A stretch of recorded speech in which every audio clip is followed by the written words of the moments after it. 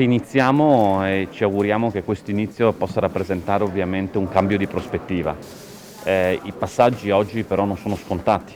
Le dosi di vaccino che devono arrivare ovviamente devono essere importanti e soprattutto prima arrivano, prima riusciamo a coprire una fetta ampia della popolazione e quindi arrivare prima alla cosiddetta immunità di gregge. Oggi noi iniziamo con 265 dosi, ovviamente in modo simbolico, ma ci auguriamo, avendo la conferma che ancora non abbiamo purtroppo da Roma, che già i primi giorni di gennaio possiamo partire invece con l'attività ordinaria. Noi siamo pronti a partire da subito, ipotizziamo il 1° gennaio come data d'inizio, è chiaro che questo è vincolato alla possibilità di avere a disposizione i vaccini. Una notizia positiva mi sembra che arrivi invece da AstraZeneca, dove oggi comunica che il suo vaccino è coprente al 95% e garantisce il 100% per quanto riguarda i sintomi gravi. Anche questo potrebbe essere un grande cambio di passo, perché oltretutto il vaccino AstraZeneca non ha il problema della catena del freddo che invece Pfizer e Moderna hanno. Ci auguriamo che EMA si muova in grande velocità, così come AIFA, perché le settimane non sono indifferenti. Cioè partire dopo rischia veramente di creare dei danni enormi, quindi prima si parte, prima si può affrontare il problema e risolverlo. Sono oltre 50.000 le dosi per il momento attribuite al Friuli Venezia Giulia. Sono circa 58.000, però diciamo che bisogna considerare che arriveranno queste 58.000 dosi, e stiamo parlando del vaccino Pfizer, nel mese di gennaio, in 5 settimane, quindi vuol dire che noi queste dosi dovremo utilizzarle per la prima iniezione e anche per la seconda, perché altrimenti rischiamo di andare troppo lunghi e non fare in tempo il richiamo.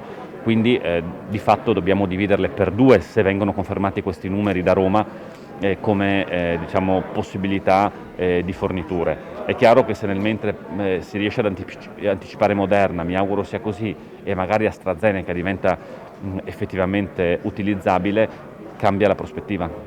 Ovviamente queste prime vaccinazioni sono su chiamata, lo ricordiamo, in base alle categorie ovviamente giudicate prioritarie. Per quanto riguarda una stima di quella che sarà la vaccinazione di massa anche al fronte delle prenotazioni, cosa se la sente di dire? No, per la vaccinazione di massa oggi purtroppo non abbiamo certezze. Io penso che tra il mese di gennaio e febbraio a queste dosi, dopo saranno di più, mi auguro poter ovviamente ampliare, però noi riusciremo a coprire di fatto il personale sanitario, sociosanitario e le persone ospiti delle case di riposo. Penso che quindi da fine febbraio, inizio marzo, si potrà incominciare con gli over 80 e quindi a seguire con le persone, gli over 70, e quindi da quel punto potremo andare forse verso la vaccinazione di massa, ovviamente iniziando dai, per esempio, i servizi essenziali, così come indicato dalle linee guida nazionali.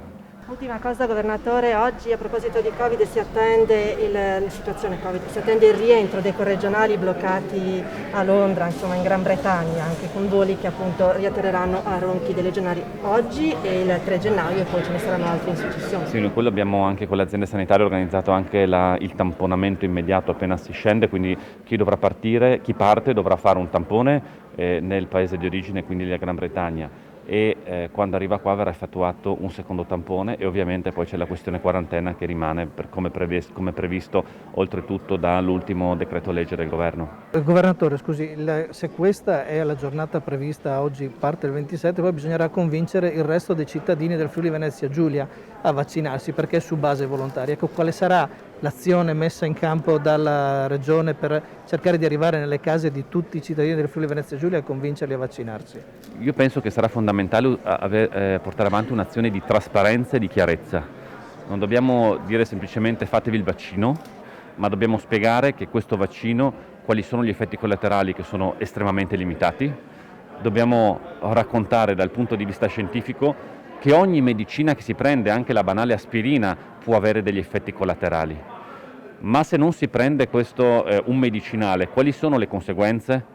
Allora uno fa semplicemente un calcolo della probabilità e dei benefici che può portare l'assunzione di un farmaco, di un vaccino, e capisce chiaramente che conviene vaccinarsi e conviene prendere il farmaco se ce ne fosse bisogno.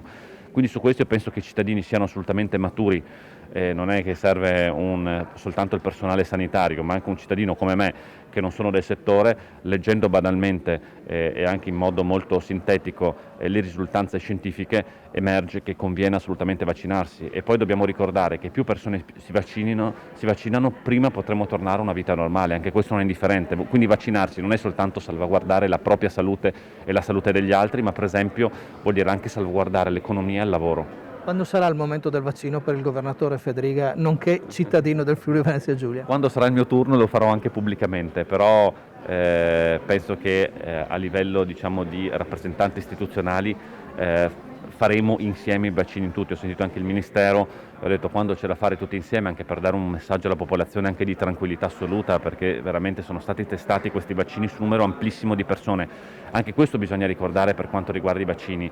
È vero che è stato fatto velocemente, ma c'è stata anche la possibilità, essendo il contagio purtroppo estremamente diffuso, di avere a disposizione molte persone sulle quali testare il vaccino e vedere l'efficacia del vaccino, cosa che di solito non avviene per un normale virus o il vaccino o un normale vaccino, perché ovviamente la popolazione contagiata è molto più bassa e quindi servono anni e anni semplicemente per fare le varie fasi di studio.